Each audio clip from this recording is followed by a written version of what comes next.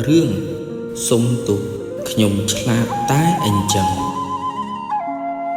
រឿងនេះចង់បង្ហាញថាបើសិនខ្លួនយើងជាអ្នកល្ងង់សូមកុំតាំងខ្លួនជាអ្នកចេះឡូវជាកុមារល្ងង់ម្នាក់នៅក្នុងភូមិគេជាក្មេងមិនបានរៀនសូត្រនិងមិនសូវចេះពិចារណាឡើយថ្ងៃនេះឡូវដើរតាមផ្លូវក្បែរភូមិស្រាប់តែឃើញមាន់មួយរត់កាត់ពីមុខគេឡូវភ្ញាក់ព្រឺតងាកមើលឆ្វេងស្ដាំនិយាយតិចមាន់ណាគេវៃមានម្ចាស់ឬអត់នឹងចាប់យកសិនឡូវចាប់អោបមាន់ដើរបណ្ដើរច្រៀងបណ្ដើរហេងណាស់ថ្ងៃនេះហេងណាស់ថ្ងៃនេះឡាពេលនោះតាយេនិងអ្នកភូមិ2-3នាក់ដើរលីកំបិតផ្គាក់និយាយទាំងមួម៉ៅឲ្យតែឃើញកាក់ងាប់អាឡូវរកស៊ីតែលួចមាន់គេឡូវញាក់រត់ទៅពួនគៀនស្នឹមចំបើងអញហើយឈ្មោះអីក៏ច្បាស់ម្លេះគឺថាកាប់ឲ្យងាប់ទៀតឡូវចាប់ផ្ដើមគិតមិនក៏ដឹងថាខ្ញុំចាប់មាន់មួយនេះមិនកើតទេលែងវាចោលសិនចុះឡូវទម្លាក់មាន់ចោលហើយដើរធ្វើប្រងើយហើយញញឹមបោកដាច់ទៅមិនរួចទេជាមួយនរណាបានជាមួយអាឡូវឆ្លាតអញ្ចឹងតាយេអើយតាមកាប់ដល់ជើងមេឃទៀតក៏មិនឃើញដែរឡូវដើរបណ្ដើរច្រៀងបណ្ដើរក្បែរផ្ទះអ្នកភូមិពេលនោះឡូវបើកភ្នែកធំឈរត្រឹងព្រោះឃើញលុយនៅក្រោមដើមត្របែកក៏ភ្លាត់មាត់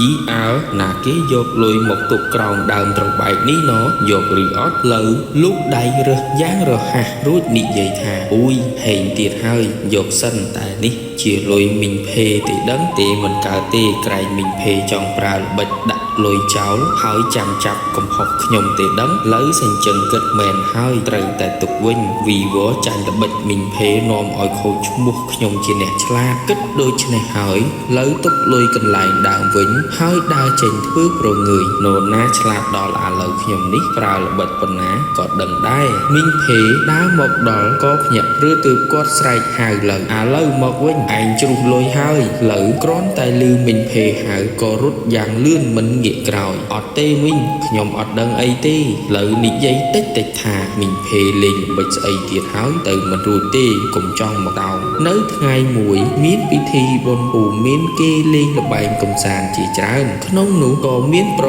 ដាល់ក្បាច់គុនបុរាណខ្មែរផងដែរឡូវក៏ដូចក្មេងៗដទៃទៀតបានមកមើលកម្មវិធីផ្សេងក្នុងវត្តពេលនោះមានគូប្រកួតមួយគូកំពុងតែវាយគ្នាហើយឌឺដងដាក់គ្នាខណៈពេលឡូវកំពុងឈរមើលបង្គោលក្រហមវាយបង្គោលខៀវ2-3ដៃរួចនិយាយដាក់បង្គោលខៀវថាមិនហើយចូលឥឡូវមកអាមន់សំអុយឡូវឈរក្បែរសាយវិនឮពាក្យឡូវនឹងមន់ក៏ភ្ញាក់ព្រឹកលាន់មាត់ថាយឺពូនេះស្គាល់ឈ្មោះខ្ញុំហើយថាលូតមន់គេទៀតមិនកើតទេទៅវិញហើយសាច់ដុំធំណាស់ឡូវដើរឆ្ងាយពីសាយវិនរេរាចិត្តភ័យបន្តិច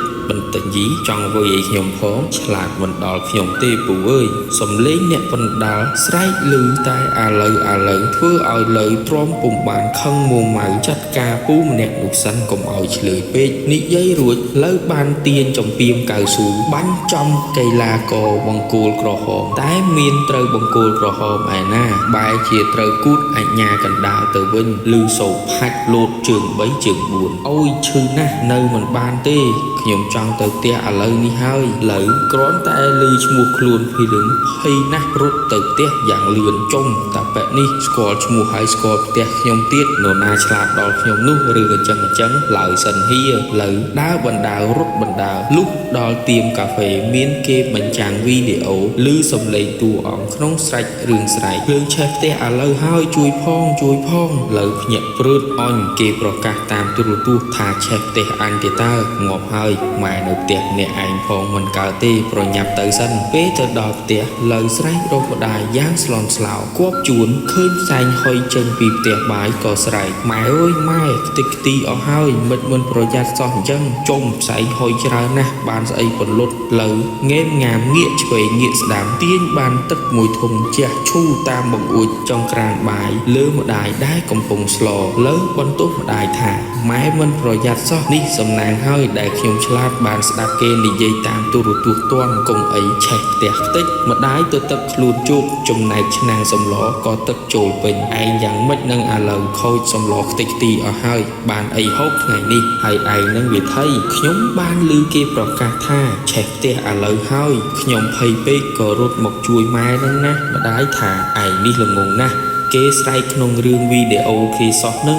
ដាយលើកដៃមកហិតធ្វើមុខស្អុយហើយចុះនេះទឹកស្អីគេធំក្លិនអាក្រក់ម្ល៉េះលើជ្រួចចិញ្ចើមអោនមុខចុះមិនដឹងដែរខ្ញុំឃើញទឹកមួយធុងនៅក្បែរគោលស្វាយខ្ញុំក៏យកមកជះទៅពធូអើយកូនចំគួតនេះជាទឹកលូដែលឪឯងទុកស្រោចដំណាំនឹងអូយចំក្អួតលើលើកដៃសំពះម្ដាយញ័រទៅត្រើតម៉ែឲ្យកូនសុំទោសកូនមិនប្រកាន់ម៉ែទេម្ដាយឮដូច្នេះក៏ដេញលើទាំងខ្លួនសើមជោគយឺកូននេះនៅថាមិនប្រកាន់ម៉ែទៀតហូបអំបិលទៅថ្ងៃនេះលើដាក់មេប្រូចលឿនខ្មើតទេខ្ញុំច្រឡំមាត់ហើយម៉ែកុំប្រកាន់កូនអីសុំទោសខ្ញុំឆ្លាតតែអញ្ចឹងថ្ងៃក្រោយកូននឹងកែប្រែជាកូនល្អរបស់ម៉ែវិញ